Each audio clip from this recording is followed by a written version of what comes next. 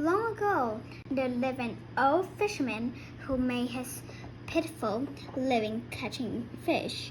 All day, the old man sat on the riverbank waiting for the fish to beat.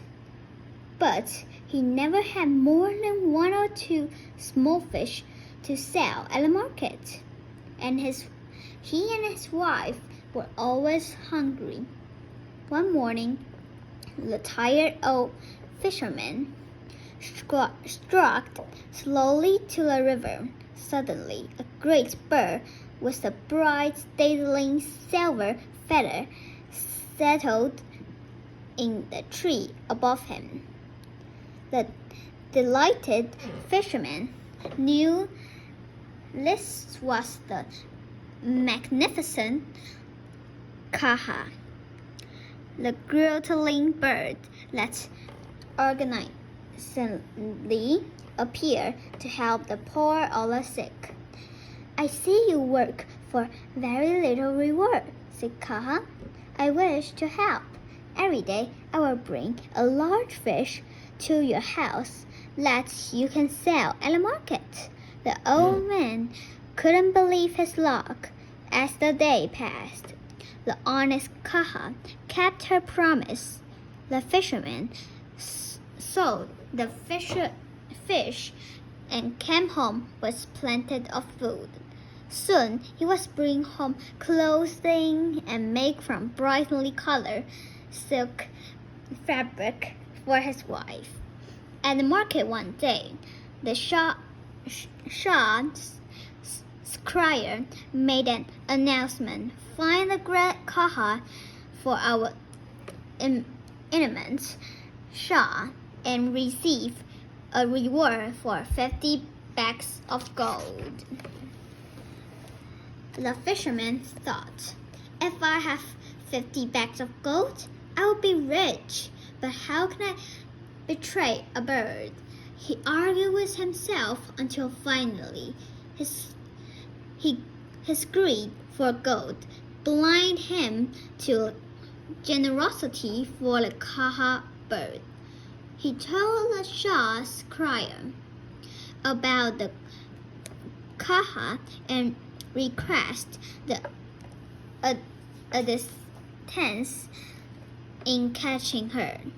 He asked for 400 men to help him. That evening, 400 servants followed the fisherman home. They hid among the trees as the fisherman set out the feast to tapped the bird. When the kaha landed in a tree, the old man said, Come dine